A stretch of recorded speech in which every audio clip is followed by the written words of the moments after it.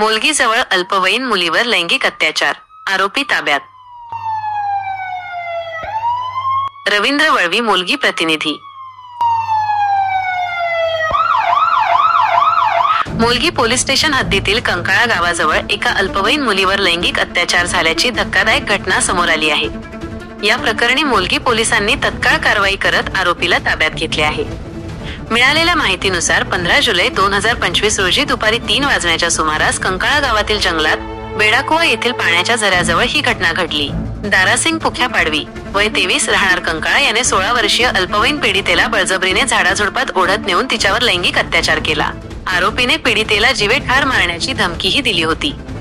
याबाबत पीडितेने तिच्या आई वडिलांसह 22 जुलै 2025 रोजी मोलगी पोलीस स्टेशन मध्ये फिर्याद दाखल केली. फिर्यादीनुसार भारतीय न्यायसंहिता कायदा कलम 64(2) M 351(2) सह बालकांचे लैंगिक अपराधापासून संरक्षण अधिनियम 2012 चे कलम 4, 8, 12 प्रमाणे गुन्हा दाखल करण्यात आला आहे. या प्रकरणाचा तपास पोलीस उपनिरीक्षक सागर गाडीलोहार करत आहेत.